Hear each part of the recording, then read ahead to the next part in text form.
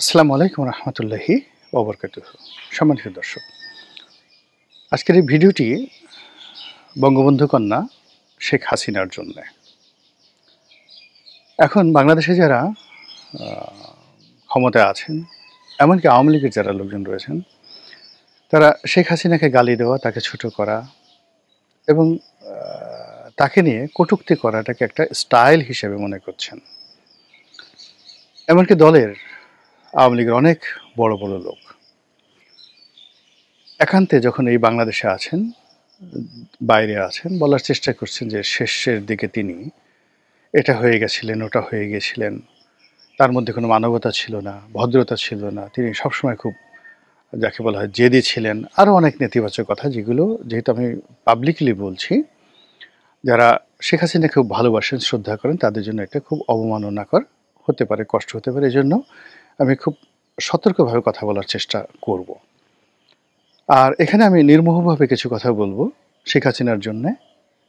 একজন বাইরের মানুষ হিসেবে বা একজন রাজনৈতিক বিশ্লেষক, মানে আমার যে বয়স, আমার যতটুকু আমি জানি এবং আমি যতটুক এই মুহূর্তে তাকে দেখছি, ততটুকুই বলবো। তিনি যখন ক্ষমতায় ছিলেন আমি সমালোচনা করেছি, শালীনতা সহকারে সমালোচনা করেছি তার সরকারের। কিন্তু ব্যক্তিগতভাবে আমি কখনোই তাকে কটাক্ষ করে কোনো সমালোচনা করিনি, করবও না কখনো। এর কারণ হলো যে আমি ব্যক্তিগতভাবে সবসময় একজন কৃতজ্ঞ মানুষ হিসেবে বেঁচে থাকতে চাই। আজকের গোলাম মোল্লা রনি যতটুকু পরিস্থিতি, যতটুকু বিস্তৃতি, সেটা আমি যদি আওয়ামী লীগের সংসদ সদস্য না হতাম, বিএনপি আমাকে মনোনয়ন দিত না। আবার বিএনপির মনোনয়ন পাওয়ার পরে আজকের এই সমাজে আমি যে একটা বিকল্প প্ল্যাটফর্ম পেয়েছি, কাজে আমি বিএনপির প্রতি কৃতজ্ঞ। এবং আমি যতটুকু এই যে কাজ করতে পারছি, কারো কিছু উপকার হোক বা না হোক, কিন্তু আমি যে বক্তব্য দিচ্ছি হয়তো অনেকের ভালো লাগছে। প্রতি মাসে আমার এই ইউটিউব চ্যানেলে অন অ্যাভারেজে 1 কোটি লোক শুধুমাত্র আমার চ্যানেলে দেখছে। গত 1 বছর ধরে প্রতি মাসে 1 কোটি লোক দেখছে। তো তারা তো এমনি এমনি দেখতেন না। আবার শত শত মানে তরুণ যারা ইউটিউবার আছে, আমার ক্লিপগুলো তারা ইউটিউবে, তাদের চ্যানেলে, ফেসবুকে তারা যাকে বলা হয় কপি করছেন। আমি এগুলো নিয়ে কখনো বাধা দেইনি। আচ্ছা ঠিক আছে, করুক। এবং কিছু কিছু দেখা যাচ্ছে যে আমার ভিডিওতে, আমার চ্যানেলে যা মানে ভিউ হয় তার সাথে অনেক অনেক বেশি। এর কারণ হলো তারা খুব অ্যাট্রাকটিভ থাম্বনেইল এবং যাকে বলা হয় হেডলাইন দিয়ে থাকেন। এরপর এই একই ভিডিওতে যে ভিডিওগুলো আমি ডেইলি করি, ডেইলি আমি 3টা করে ভিডিও দেই। অলমোস্ট প্রায় সব ভিডিওগুলোই অনেকগুলো পত্র-পত্রিকা সেগুলো নিয়মিত ছাপায় এবং এগুলোর বক্তব্য ফটো কার্ড হিসেবে ব্যবহৃত হয়। এই জিনিসগুলো আমি দেখি। আর দেখার কারণে আমি যেকোনো কথা বলার ব্যাপারে সতর্কতা অবলম্বন করি যে আমার একটা দায়িত্ব রয়েছে, কর্তব্য রয়েছে। দেশের প্রতি, জাতির প্রতি, দলের প্রতি এবং অন্ধ না হয়ে। এখন আমি যদি চিন্তা করি যে না, আমাকে তারেক রহমান সাহেবকে তেল মারতেই হবে, বিএনপির মনোনয়ন পেতেই হবে, তখন তো আমি কথা বলতে পারবো না। আমাকে অন্য সবার মতো কথা বলতে হবে। আমি যদি মনে করি যে আওয়ামী লীগের মতো একটা দল যদি আগামীতে ক্ষমতা আসে আমাকে একটা ডলা দেবে, বা আওয়ামী লীগের মতো একটা দল যদি ভবিষ্যতে ক্ষমতা আসে আমি আবার সেই দলে ফিরে যাব, মন্ত্রী হব, এমপি হব, আসলে এই যে এখন আজকে যে কথাগুলো বলছি সেই কথাগুলো বলা যাবে না। দায়িত্ব এবং কর্তব্যবোধ থেকে বলছি। আমার নিজের যে ব্যক্তিগত অভ্যাস, চরিত্র, আমি সাধারণত একটা মানুষ যখন খুব দুর্বল অবস্থানে থাকে তাকে সান্ত্বনা দেওয়ার চেষ্টা করছি, যদি তিনি আমার শত্রুও হন। আর একজন মানুষ যখন শক্তিশালী হন তখন আমি সাধারণত তার সমালোচনা করি। ডক্টর মোহাম্মদ ইউনূস যতদিন ক্ষমতার বাইরে ছিলেন, মজলুম ছিলেন, আমি সর্বোচ্চ চেষ্টা করেছি এবং আমি স্বয়ং প্রধানমন্ত্রীর সামনে দাঁড়িয়ে প্রধানমন্ত্রীর কাছে বলেছি যে আপা, ডক্টর মোহাম্মদ ইউনূসের বিষয়টি সমাধান করা যায় না। এটা 2012 সনের ঘটনা। উনি আমার এই বক্তব্য শুনে এতটা আশ্চর্য হয়ে গিয়েছিলেন যে অনেকটা নির্বাক, যে ছেলেটা বলে কি, একে পাগল নাকি। যেখানে আমার সামনে ওবায়দুল কাদের সাহেব দাঁড়ানো, এস টি ইমাম সাহেব দাঁড়ানো, ডক্টর হাসান মাহমুদ সাহেব থেকে শুরু করে জাহাঙ্গীর কবির নানক, অন্তত 1 ডজন সিনিয়র নেতৃবৃন্দ আমরা প্রায় ক্লোজ ডোরে 2 ঘন্টা 2.5 ঘন্টা একটা বিষয় নিয়ে আলোচনা করছিলাম। তো সেখানে একেবারে সবার সামনে তরুণদের মধ্যে আমি ছিলাম, তারানা ছিল, তারপরে পলকও ছিল সম্ভবত, আ অপু উকিল ছিল, নাজমা ছিলেন। তো তার মধ্যে বেকুবের মতো বলে ফেললাম। তো এটা ডক্টর ইউনূসের জন্য বলেছি। কিন্তু যেই মুহূর্তে তিনি ক্ষমতায় এসছেন, তার কাছে আমার কোনো স্বার্থ এক্সপেকটেশন বা প্রয়োজন এটা কখনই যেভাবে আমার অতীতে আ শেখ হাসিনার কাছে আমার হয়নি, দরকার পড়েনি। আমি এমপিগিরি করেছি, যে কটা বেতন পেয়েছি, ভাতা পেয়েছি, ওটা দিয়ে চলেছি। কিন্তু কোনো একটা সরকারি কর্ম করা, কন্ট্রাক্টরি পাওয়া, একটা সুযোগ সুবিধা পাওয়া, এই কথা আমার মাথায় কোনোদিন আসেওনি, আসবেও না ইনশাআল্লাহ। তো যা হোক, যার জন্য কথা বলতে পেরেছি এবং কথা বলে যাচ্ছি। এখন শেখ হাসিনা যেহেতু খুব একটা সেনসিটিভ জায়গাতে আছেন, কাজেই তাকে নিয়ে কোনো কথা বলতে আমি খুবই সতর্কতা হব, যেন তিনি কষ্ট না পান। আমার প্রথম বক্তব্য হলো যে, তিনি এখন যে কাণ্ডগুলো করছেন বা কর্মগুলো করছেন, চিন্তাগুলো করছেন, এখানে আমি বিনয়ের সাথে বলতে চাই যে এই জিনিসগুলো দেশের জন্য, তার জন্য সুবিধাজনক নাও হতে পারে। এর কারণটা হলো যে আপনি দেখুন যে একের পর এক ঝটিকা মিছিল হচ্ছে এবং সারা বাংলাদেশে প্রচণ্ডভাবে ধরপাকড় হচ্ছে। এটা উনি দিল্লিতে বসে বা ওনার যারা আপনজন কলকাতাতে আছেন, ইংল্যান্ডে আছেন, তারা এই বেদনা, আওয়ামী লীগের নেতাকর্মীদের এই বেদনা বুঝতে পারবেন না। ওখান থেকে হয়তো বলা হচ্ছে, মিছিল হচ্ছে, ১০ জন, ১২ জন, ৫০ জন, ১০০ জনের একটা মিছিল হচ্ছে, ঝটিকা হচ্ছে, তারপর ধীরে ধীরে স্লো হচ্ছে। ১০০ জনের মিছিলকে ১,০০০ বলা হচ্ছে, ২০০ জনের মিছিলকে ৫,০০০ বলা হচ্ছে। এটা প্রোপাগান্ডা। কিন্তু বাস্তবতা হলো যে মিছিলগুলো যেভাবে শহরে থাকি, আমি এগুলো সব ফেসবুকে দেখি যে মিছিল হচ্ছে। কিন্তু আমি এখন পর্যন্ত প্রচণ্ড আমি ঘোরাফেরা করি ঢাকা শহরে। আমার চোখে আমি গত ১ সপ্তাহতে যেমন বড়, বড় ২ টো মিছিল হয়েছে। এইজন্য এটা বলা আরকি। একটা মিছিল হয়েছে গুলিস্তানে, আরেকটা মিছিল হয়েছে ফার্মগেটে। ফার্মগেট থেকে খামারবাড়ি হয়ে সংসদ ভবনের দিকে। বেশ বড় মিছিল হয়েছে। তো এই দুটো মিছিল আ নিয়ে সরকারের যে প্রতিক্রিয়া, এর প্রেক্ষিতে সরকার বেশ কয়েকজন বড়, বড় নেতাকে ধরেছেন। এই মুহূর্তে যারা সরকারের জন্য মানে আওয়ামী লীগের জন্য খুবই একটা অ্যাসেট ছিল। যেমন পটুয়াখালী পৌরসভার মেয়র মহিউদ্দিন, তাকে ধরেছে। ও কিন্তু নিরাপদে পালিয়েছিল।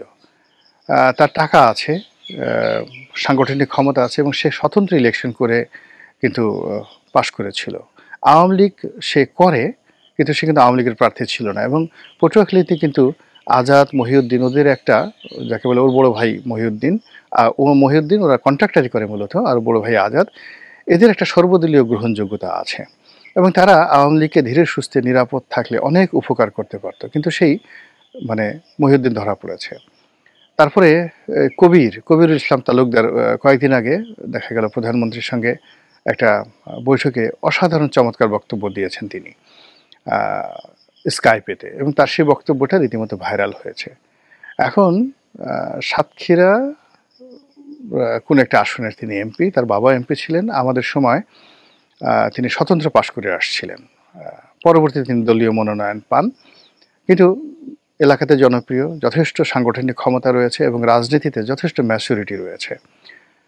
আজকে সকালে দেখলাম যে সেই কবির ধরা পড়েছে। এখন বক্তব্যটা হলো যে সাবেক প্রধানমন্ত্রী শেখ হাসিনা তিনি যে তার সঙ্গী সাথীদেরকে নিয়ে কথা বলছেন। সেই কথা বলতে গিয়ে তিনি বিদেশের মাটিতে যারা আছেন তাদের সাথে কথা বলেন। যত ইচ্ছা তত কথা বলেন, সেটা ভাইরাল হয়ে যাক, কোনো অসুবিধা নেই। কিন্তু বাংলাদেশের মধ্যে যারা আছেন, এই প্রযুক্তি তো মেজর জেনারেল জিয়াউল আহসানই ইম্পোর্ট করেছেন। এই প্রযুক্তি শেখ হাসিনার জামানাতে ইম্পোর্ট করেছেন যে আপনি ভাইবার, টুইটার, এনি সোশ্যাল মাধ্যম, লিঙ্কডইন, ফেসবুক, মানে যেভাবেই আপনি কথা বলেন না কেন, যে মাধ্যমে কথা বলেন না কেন, বাংলাদেশে এখন সেই প্রযুক্তি সরকারের কাছে, রাষ্ট্রের কাছে আছে। উইদিন ফিউ মিনিট, অল্প কয়েক মিনিটসের মধ্যেই আপনার লোকেশনটা কিন্তু ট্র্যাক করে ফেলা যাচ্ছে। ১। ২ নম্বর হলো যে যারা পরিচিত লোকজন রয়েছেন, কৌশলগতভাবে যাদের গুরুত্ব রয়েছে, তারা কেন এই ধরনের বৈঠকে আসবেন এবং কথা বলবেন যারা বাংলাদেশে আছেন? এটা তো একটা যেকোনো লোক বুঝতে পারে।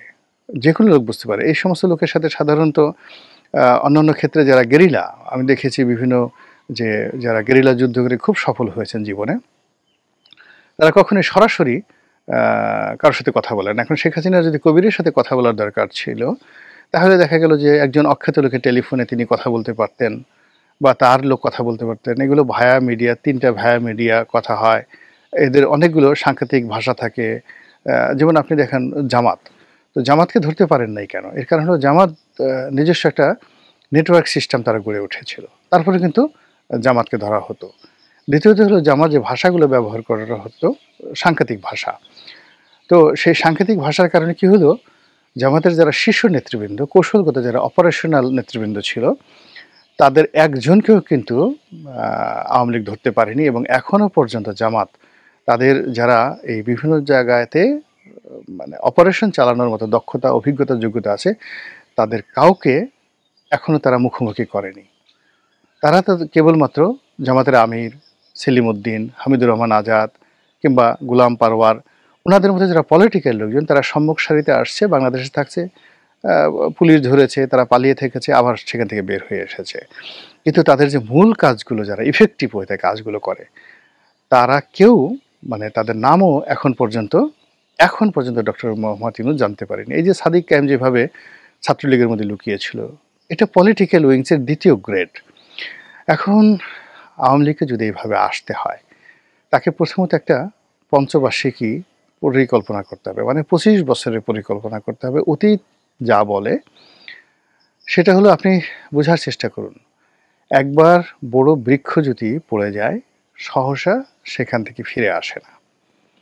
যদি আপনি ফিরে আসার ইতিহাস ধরেন, বেনজির ভুট্টোর ফিরে আসার ইতিহাস আর নওয়াজ শরীফের ফিরে আসার ইতিহাস, এই দুটোকে আপনি যাকে বলা হয় কগনিজেন্সে নিতে পারেন।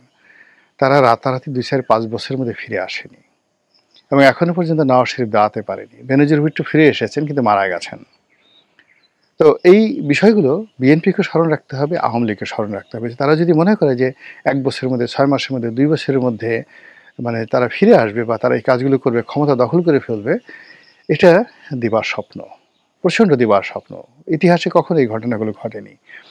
আপনি খুব একটা চা, গরম চা যদি খেতে যান সঙ্গে সঙ্গে মুখ পুড়ে যাবে। আর এখন যদি ধরেন ভারতও যদি সরাসরি সার্জিক্যাল স্ট্রাইক করে শেখ হাসিনাকে বাংলাদেশের প্রধানমন্ত্রীর আসনে বসায় দেয়, এই প্রশাসনের উপর চালিয়ে দেয়, বড় জোর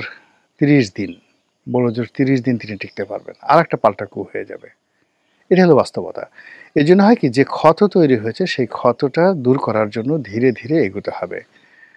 এবং আওয়ামী লীগের মধ্যে যে সমস্যাগুলো, নেতৃত্বের সংকট এবং যারা পচে গেছে, দুর্নীতি করেছে, পালিয়ে গেছে, মানে ফার্স্ট থিং হলো যারা পালিয়ে গেছে। এখন শেখ হাসিনা ধরেন যে কোনো একটা ব্যাপার আমি তাকে বাদ দিলাম, তিনি যেতে বাধ্য হয়েছেন, তাকে হেলিকপ্টারে তুলে দেওয়া হয়েছে, কিন্তু যারা স্বেচ্ছায় 15 দিন আগে চলে গেছে কিংবা 15 দিন পরে যারা চলে যেতে বাধ্য হয়েছে, বাংলাদেশে থাকার মতো যাদের সামর্থ্য ছিল না, বিদেশে গিয়ে এই লোকগুলো বাংলাদেশে এসে দল চালাবে, আবার নেতৃত্ব প্রতিষ্ঠা করবে, আওয়ামী লীগের রাজনীতির জন্য ইফেক্টিভ হবে, এটা শুয়ের পেছন দিয়ে উট ঢোকার মতো। আমি খুব দুঃখের সাথে বলছি, বিদেশে যারাই আছেন, প্রথমত তাদের রাজনীতির ক্যারিয়ার শেষ। তারা ওখান থেকে বুদ্ধি দিতে পারবেন, পরামর্শ দিতে পারবেন, কিন্তু তারা আর জীবনে কখনো মূলধারা রাজনীতিতে এসে নেতৃত্বে বসবেন এটা সম্ভব হবে না, অসম্ভব একটা বিষয়। রাজনীতি একটা সাহসের ব্যাপার। আপনি গিয়ে দেখুন যে এই যে বেগম জিয়া বাংলাদেশে বসে আছেন, কত নির্যাতন জুলুম হয়েছে, কিন্তু তিনি আছেন, ফলে বিএনপিটা কিন্তু টিকে আছে। আবার দেখেন তারেক জিয়াকে বিদেশে পাঠিয়ে দেওয়া হয়েছে, এখন সমস্ত কিছু তার নিয়ন্ত্রণে, তার দল সব কিছু করছে, কিন্তু তিনি আসতে পারছেন না। একইভাবে জয়ের কথা বলেন, ববির কথা বলেন, যারা এখন বিদেশে বসে আছেন, তারা কেউ বাংলাদেশে এসে মানে তারেক জিয়ার সাথে ভালো কিছু করবেন এটা আপাতত কল্পনা করা যায় না। ইকুইভ্যালেন্ট তারেক জিয়া জয়, মানে এখন তারেক জিয়ার জন্য যে অবস্থা তৈরি হয়েছে, জয়ের জন্য আগামীতে হয়তো এরকম বা এর সাথে 19-20 হবে, এর বেশি হবে না। এর কারণ হলো যে আপনি গিয়ে দেখুন যে যখন আকবর জন্ম নেয় তখন সুলতান সুলেমান জন্ম নেয়, যখন সুলতান সুলেমান জন্ম নেয় তখনই কিন্তু দেখা যাচ্ছে যে রানী এলিজাবেথ জন্ম নেয়। তো এখন এই সময়টাতে আমরা যারা আছি, রাজনীতি করছি, আমরা যে সবাই খুব মহামানব আর একজন যে অল্প মানব তা নয়, মোরালেস আমাদের মধ্যে 19-20 পার্থক্য। নিজেকে খুব বড় মনে করার কোনো কারণ নেই, ছোট মনে করার কারণ নেই। ফলে এখানে সাবেক প্রধানমন্ত্রী খালেদা জিয়া বা শেখ হাসিনা সাবেক প্রধানমন্ত্রী, তাদের মধ্যে যে একটা মনস্তাত্ত্বিক দ্বন্দ্ব যেটা ছিল, এটা আমাদের বাংলাদেশকে কিন্তু সর্বনাশ করেছে। এর কারণ হলো তারা একে অপরকে সুপিরিয়র ভাবতেন। বেগম জিয়া কী কারণে নিজেকে সুপিরিয়র ভাবতেন তিনি বলতে পারবেন। শেখ হাসিনা কী কারণে নিজেদেরকে সুপিরিয়র ভাবতেন সেটা তিনি বলতে পারবেন। কিন্তু প্রকৃতির যে আইন সেটা হলো প্রকৃতি সাধারণত সমপর্যায়ের ক্যারেক্টারিস্টিক্সের মানুষজন একসাথে পৃথিবীতে পাঠায়। রবীন্দ্রনাথ যখন আসছে, নজরুল তখনই আসছে, মাইকেল মধুসূদন দত্ত তখন আসছে, রামমোহন রায় তখন আসছে, রামমোহন রায়, ঈশ্বরচন্দ্র বিদ্যাসাগর তখন একসাথে আসছে, সমসাময়িক। আবার এখন যে দেখেন যে যারা আসছে এই সমাজে, মন্দর দিক চিন্তা করেন, ভালো দিক চিন্তা করেন, সব একসাথে ইকুয়াল পর্যায়ের। এর মধ্যে কেউ যে খুব মহামানব, খুব বড়, আমার কাছে সেটা মনে হচ্ছে না। তো রাজনীতিতে যখন ইগো, যে ক্ষমতায় থাকে, এখন যারা ক্ষমতা আছে তারা যদি মনে করে তারাই শ্রেষ্ঠ, তারা আওয়ামী লীগের চেয়ে 100 গুণ শ্রেষ্ঠ, নট লাইক দ্যাট। তারা আওয়ামী লীগের চেয়ে খারাপ, এত খারাপ যে দেখেন 1 বছরের মধ্যে তারা কি সর্বনাশ করে ফেলেছে ইকোনমির, তারা দুর্নীতিতে কি কাজ করে ফেলেছে। বিএনপির যদি লোকজন মনে করতো যে ও মাই গড, আমরা দ্বিতীয়বার ক্ষমতা আসলে আর কখনো আমরা খারাপ কাজ করবো না, কিন্তু দেখেন 1 বছরের মধ্যে তারা আওয়ামী লীগ যা করেছে তার চেয়ে খারাপ কাজ করেছে। আবার আওয়ামী লীগ যদি বাংলাদেশে আসে, কোনো পরিবর্তন হবে না, ঠিক সেম কাজই করবে যেটা বিএনপি এখন করছে, সেম কাজ করবে। তো কাজে এখানে আবেগপ্রবণ হওয়ার দরকার। এখানে যদি প্রকৃতির আইন সাবেক প্রধানমন্ত্রী মানেন, তাহলে তিনি বুঝতে পারবেন যে তাকে একটা পঞ্চবার্ষিক পরিকল্পনা করতে হবে, 25 বছর একটা পরিকল্পনা করতে হবে। এবং সেই পরিকল্পনা কি যদি 1 বছরের মধ্যে ঘটে যায় আলহামদুলিল্লাহ তার জন্য, 5 বছরের মধ্যে ঘটে যায় ভালো, না হলে 25 বছর যদি ঘটে, তিনি কতদিন থাকবেন, তার সন্তান কতদিন থাকবেন, তার জেনারেশন কতদিন থাকবে, কিভাবে চলবে, এই বিষয়গুলো চিন্তা করলে তার কষ্টটা লাঘব হবে। 2 নম্বর হলো যে এখন আধুনিক বিশ্বে এই গত 50 বছরে একটা সিঙ্গেল ঘটনা ঘটেনি যে বিদেশি কোনো রাষ্ট্রশক্তি এসে কাউকে ক্ষমতায় বসিয়ে দিয়ে গেছে। একমাত্র আফগানিস্তানে হামিদ কারজাইকে বসানো হয়েছিল, কিন্তু আফগানিস্তান আর বাংলাদেশ এক নয়, এখানে সম্ভব নয়। এখানে আওয়ামী লীগ আসতে হবে আওয়ামী লীগের কৌশল অবলম্বন করে। এখন সেই কৌশলে যদি আওয়ামী লীগ তার ইফেক্টিভ লোকগুলোকে হারিয়ে ফেলে, এই যে এখন মিছিল হচ্ছে, মিটিং হচ্ছে, দৃশ্যমান নেতাকর্মীরা ধরা পড়ছে, তাদেরকে নিয়ে জেলখানাতে জুলুম হচ্ছে, অত্যাচার হচ্ছে, কোর্ট কাছারিতে অত্যাচার হচ্ছে, বাড়ি বাড়িতে গিয়ে ডিম মারা হচ্ছে, বাড়ি বাড়িতে গিয়ে যে ধরনের অপদস্থ করা হচ্ছে, এইটা যদি আরও বছর খানিক চলতে থাকে, বিশ্বাস করেন এখন বিএনপির যে লোকগুলো যাদের মেরুদণ্ড নষ্ট হয়ে গেছে, সাহস নষ্ট করেছে, আওয়ামী লীগ করেছে, ঠিক সেম জিনিসটা আওয়ামী লীগের নেতাকর্মীদের করে ফেলা হবে। এদের কারো সাহস থাকবে না, শক্তি থাকবে না, সামর্থ্য থাকবে না, দরিদ্র হয়ে যাবে।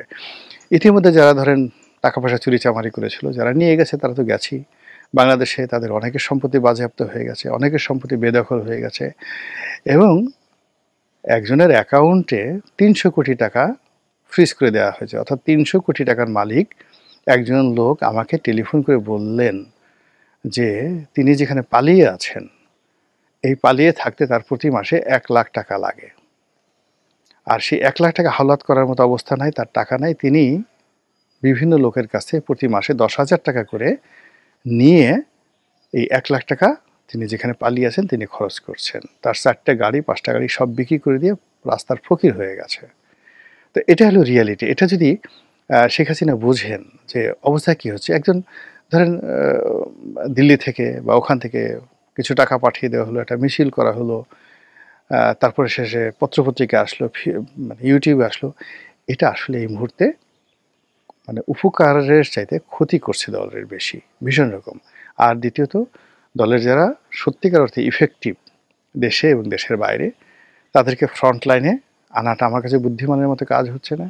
আর যাদের কারণে এই দল মানে বিরক্তির শিকার হয়েছে, আপনি মানে যারা দুর্নীতি করেছে, পালিয়ে গেছে, বিরক্তির সৃষ্টি হয়েছে, বিশ্বাস করেন এখানে মানে যারা জয়ের বন্ধু পরিচয় দিত, জয়ের আপনজন পরিচয় দিত, তাদের কারোরই সংগঠনের মধ্যে, দেশের মধ্যে এবং রাজনীতিতে একটা বিন্দু বসানোর মতো, ডট বসানোর মতো অবস্থা নেই। তো যে ভুলটি ক্ষমতায় থাকতে বোঝা যায়নি, এখনও যদি সেই বক্তব্যগুলোর সামনে আসে। অর্থাৎ শেখ হাসিনার বক্তব্য প্রচার করছে মোহাম্মদ এ আরাফাত। এর চাইতে আত্মপ্রবঞ্চনা আর হতে পারে না। এখনো যদি পলককে বের করে সামনের সারিতে নেতা বানানো হয়, শাহরিয়ারকে সামনের সারিতে নেতা বানানো হয়, এর কারণ হলো এই মানুষগুলো ছিলেন মানে সজীব ওয়াদুদ জয়ের কাছের মানুষ। এখনো যদি করা হয় তাহলে বুঝতে পারেন যে আওয়ামী লীগের নেতাকর্মীদের কপালে কী দুর্ভোগ আছে। কিংবা শেখ হাসিনার যারা একান্ত কাছের মানুষ ছিলেন, ডক্টর এস টি ইমাম, মশিউর রহমান, কিংবা ধরুন অন্যান্য যারা ছিলেন, উনি এই যে আমলাতন্ত্রের সিভিল সার্ভিসের আবু নাসের মোহাম্মদ কামাল থেকে শুরু করে পুলিশের যে সমস্ত লোকজনকে তিনি প্রমোট করেছিলেন, দেখেন সেই মানুষগুলো যে আবার সামনে আসে। রাজনীতিতে যে মানুষগুলো খুব বদনাম কামিয়েছে, এখন তারা হয়তো মোহাম্মদপুরে একজন একটা মিছিল করছে, একজন দুটো বোমা মারছে, বিদেশে গিয়ে হয়তো হঠাৎ করে একটা ঝটিকা মিছিল করাচ্ছে। আর এটা যদি আওয়ামী লীগ মনে করে এটা খুব কাজ হচ্ছে, নট লাইক দ্যাট। এখন বিশ্বাস করেন যে কাজগুলো দরকার, মানুষের মনোজগতে একটা বিল্ডিং দরকার, ন্যারেটিভ তৈরি করা দরকার, বুদ্ধিবৃত্তিক কেন্দ্রে। যেমন ধরেন মাসুদ কামাল, একজন আনিস আলমগীর, তুষার আবদুল্লাহ, আব্দুল তুষার, মানে এই মানুষগুলো যে ন্যারেটিভগুলো তৈরি করছে, যে শক্তিগুলো তৈরি করছে, এটা 1000 বোমা, মানে ওনাদের একটা বক্তব্য 1000 বোমার চেয়ে শক্তিশালী। এই জিনিসগুলো দিল্লি থেকে, আমেরিকা থেকে, ইংল্যান্ড থেকে এই বুদ্ধিবৃত্তিক জায়গাগুলো যদি হতো, জিনিসটা নর্মাল হতো এবং আওয়ামী লীগের জন্য ভালো হতো। কিন্তু সেটা না করে এই যে মিছিল মিটিং যে জিনিসগুলো করছে, এই মিছিল মিটিংয়ের ধোঁয়ায় সঙ্গে সঙ্গে এই যে যারা বুদ্ধিবৃত্তিক কাজগুলো করছেন তাদের সেই কাজগুলো নষ্ট হয়ে যাচ্ছে। আশা করি আওয়ামী লীগ সতর্ক হবে। এই কারণ হলো এই দেশটা তো আমাদের সবার, আওয়ামী লীগকে আমরা তো বাদ দিতে পারবো না। সবাইকে মিলে এই দেশটা পুনর্নির্মাণ করতে হবে, পুনর্গঠন করতে হবে, ভুল থেকে বের হয়ে আসতে হবে। মহান আল্লাহ আমাদের সবাইকে হেদায়েত দান করুন এবং হেফাজত করুন। আসসালামু আলাইকুম ওয়া রাহমাতুল্লাহি ওয়া বারাকাতুহু।